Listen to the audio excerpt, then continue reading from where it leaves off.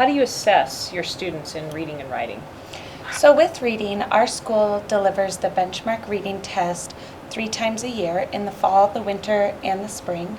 And what that is they give kids a one-on-one dry read with a book at their level. So you decide their independent reading level based on the Fontes and Pinnell literacy continuum, levels A to Z. In kindergarten, we're focused on levels A to D, and by the end of the year, kindergartners are expected to be reading at a level D. So based off of these 3 times of year formal assessments that the kids get, you monitor in between each of those through running records and through what you see in observations and guided reading to push them through those levels of A to D reading text. And then our district also gives us collaborative time through all of the schools where all kindergarten teachers can meet to design tests together that hit on the core kindergarten standards, things like rhyming, syllables, phonemic awareness, all of that. So throughout the school year, we also give tests with that we have come up with together on how those are going to be delivered and assessed. As for writing, we are a PLC school, which means once a week we meet in a PLC team. There's 7 of us on the kindergarten team. We have 7 outcomes that we work through throughout the entire school year. Each outcome is decided on by the team, and it progresses the kindergartners from the early stages of pre-writing all the way to what's expected of them in writing at the end of the year. Each outcome has a pre-test and a post-test, and in between each of those, there's interventions and enrichments that get them to meet each learning outcome. So that kind of hits on my next question, because you're using this data to help guide your instruction. Yeah. And to inform and differentiate instruction. So what does that look like when you talk about enrichment? What does that look like for your classroom? So just to take one example, like a real life example, our very first outcome, our writing outcome for kindergarten, is letter names and letter sounds. So you give that pre-test of how many letters do you know, how many letter names do you know. You have an entire class of kindergartners. You have 4 kids that know 2 or 3 letters. You have a big group of kids that know maybe a handful, like 5 to 10 letters. And then you also have this handful over here of kids that know all of their letters and all of their letter sounds. In our beliefs here at Parkside, we really push those kids to go further. They don't need to be doing letter names and letter sounds anymore. So enrichment would be these group of kids up here. They're going to start going to sound out words. They're going to start writing CBC words. They're going to start building words and sentences. This group is still going to really focus on all of the letters, all of the letter names. This group down here is going to get just 1 or 2 letters a week because that's where they're at and what they need. And then hopefully by the end of that outcome, all students are proficient in that letter naming and letter sounds outcome. And that goes for more than just letter naming and letter sounds. That goes for every outcome. So if we're working on writing 1 sentence, we have a group of kids that are writing 3 sentences. We have a group of kids that are writing 1 sentence.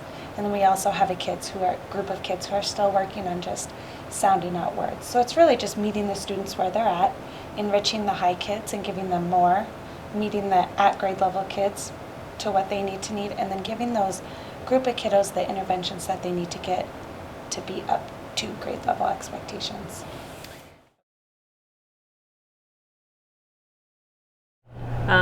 And then thinking about the reading and writing part, how do you go about assessing your kids?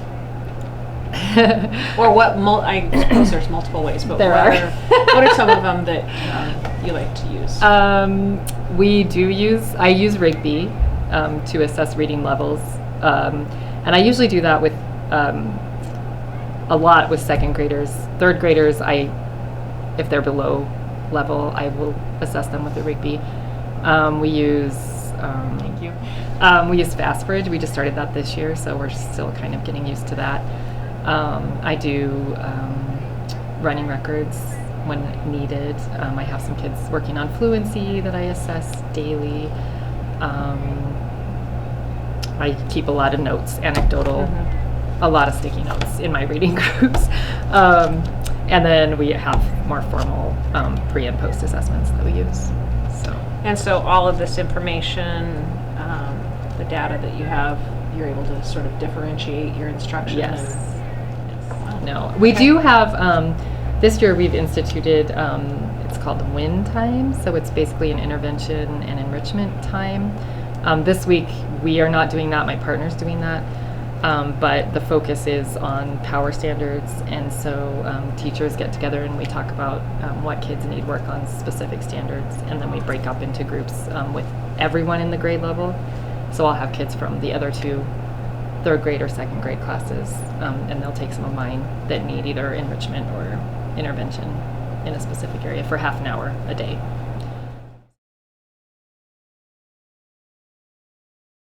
What other things would be helpful for us to know about how you assess the kids and how that informs your instruction?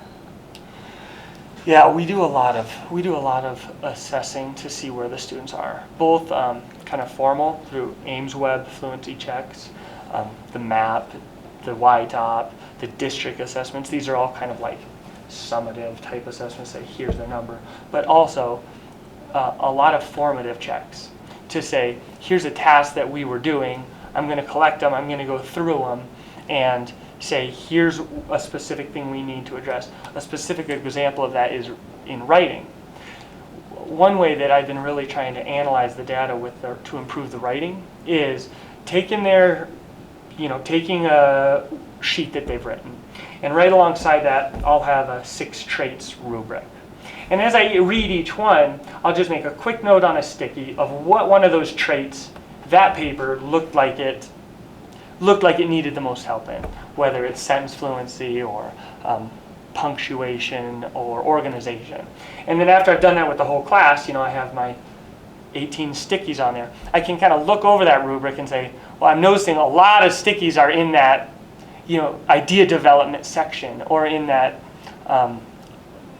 sentence fluency section. So, that's where I'm going to hit a mini lesson to address that specific skill. So also other just formative evaluations like that. You were a University of Wyoming grad, and so when you think about things that impacted you along the way, is there anything that impacted you that really helped you? Specific teachers. My literacy methods teacher was teaching us stuff that when I got into the classroom, we did them specifically, like running records and things like that. I mean, I had practice at those. And then being able to directly do those things when I came for student teaching and teaching, that gave me a big confidence boost. Like, I can do these things. I've done these exactly like this, and I was trained in this. So That's awesome. Okay. With that, you've talked a little bit about some of your assessment strategies. So you use DIBELS as part of your assessment package, and then obviously doing some observation of what you feel like the kids need.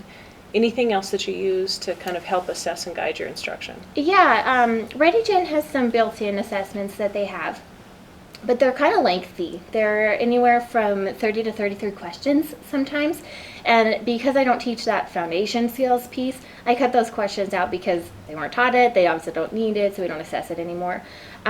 So they have some built-in questions, and they don't test on the story that they've read, which was different to me because I was like, they don't have any comprehension questions on the story we just read, but those are built into more of the close reading piece. So it's tested on the skills that they learn. So main idea, questioning, compare and contrast, things like that.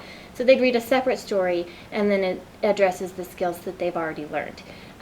So the ReadyGen tests are online. We printed them off at the beginning of the year so the kids can learn to highlight and underline, going back to find evidence, things like that. And now they're used to the online assessments. Those are like every 5 to 7 lessons, they'll have a built-in assessment. And then I've also added in leveled readers, which ReadyGen has in, but there's no activity or anything with them. There's questions at the back, but I've made my own leveled reader worksheets where the kids can read a book on their level in their group that they're placed in because of their DIBELS scores, so based on their Lexile, and then typing questions that they need to work on with the skills that they've been taught. So kind of an ongoing assessment, and then they have the end assessment with the ReadyGen. Great. Today, how do you go about assessing your students? So we are We run PLCs in our school, and so right now I'm on an ELA PLC because I only teach language arts for 4th grade. I'm working with our instructional facilitator and another partner teacher, and so what we do is we have essential standards for every quarter. So we've mapped it out. So we've chosen our essential standards from the Bank of Common Core Standards. Then we have our essentials, which is what kids need to know before they move on to the next grade.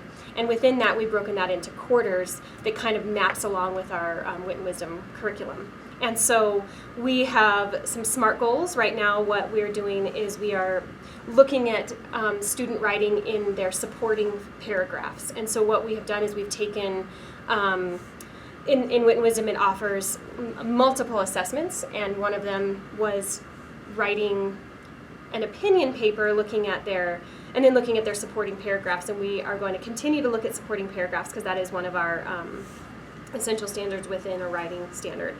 And so we take that and we analyze it, we look at them together and see, do they meet the criteria of having a kind of a transition, and do they have reasons for either their opinion or the evidence that they've provided as far as an explanatory piece. So we do a lot of work in our PLCs around assessment, but also just a lot of check-ins with students. I constantly monitor and walk around and check on where they're at, if they're struggling. So it is a lot of formative, but also we have that summative piece as well. So That collaborative piece with the PLC is really nice. yeah. So with that, then do you also do intervention and enrichment to be able to differentiate the instruction once you find out with that data what you find the needs of the kids to be? Yeah, we do. So we have a half hour at the end of the day. We actually have an hour of it's not really flex time because the first half hour is our reading DI, or differentiated instruction time. And so each student, based on their reading skills and their reading levels, are put into a different group. And so, and in that, we work on those quarterly standards. And so they may be working on a different text, but they're still trying to meet those standards. And then the last half hour of the day, it's been really nice because we've been able to use that in our homerooms for whatever we need it for. So right now, because we are working on myths and storytelling, I'm able to do some storytelling and some writing with the kids that is outside of the program. So it doesn't necessarily meet a standard at that time, but it's some time to practice these skills that we work on. But they are rooted in those essential standards each quarter. So lots of different modes of assessment that you have going on. In the beginning of the year, I look over, or the beginning of a unit sometimes too, I'll look over some of the big data. So we're looking at kind of results from standardized tests and bigger writing pieces and other tests that I give. So the qualitative reading inventory is one that I give. And so with that, I'm able to really kind of zero in on strengths and needs of particular students, and I look for trends. And so if I see that there's a full group that needs some practice with phonemes and decoding and things like that, I can pull a small group for those students. And the other piece that's a little different is if a student or a group of students seem like they're interested in a different topic, or maybe they have a question about a topic that we're studying, every possibility I try to roll with that. And so I try to make sure that if a student asks a question, that I can address it in language arts time, if that's possible, and then really keeping the classroom student focused and engaging for the kids is important. And so are there any other ways that you would assess your students in reading and writing? Yeah, so assessments are ongoing. I look to at everything that the kids say, everything that they write, both in and out of language arts time is kind of a check-in. It's just sort of the teacher part of me that's always kind of interested in how they're speaking, what they're interested in, in writing, is the language arts instruction, is it transferring to science or social studies? So kind of looking across the board. And so with those kind of things, I'm able to sort of correct some of the misconceptions maybe. And so if a student says something that's not quite true, finding a way to kind of redirect their thinking or their knowledge on the topic. And then if the skill that I'm hoping that they acquire is more, maybe it's a 5th grade essential learning target, then what I'll do is I'll have very directed assessments. And so I might pick one day where they're constructing a written piece to determine whether or not they understand the topic, or maybe it's just a class discussion, and I'm asking for their feedback, and I take their input, and I use that information to see if they're understanding it. And then sometimes I might weave it into a more narrative fiction task, and so if it's looking for, well, do they understand the theme of this story or the main idea of this topic, can they weave it into their narrative writing? And so a lot of my kids really enjoy narrative writing, and so if they're able to show their knowledge through a different form, whether it's making a podcast or making a video or website or whatever, then I try to do that as often as I can to have some variety with the assessments.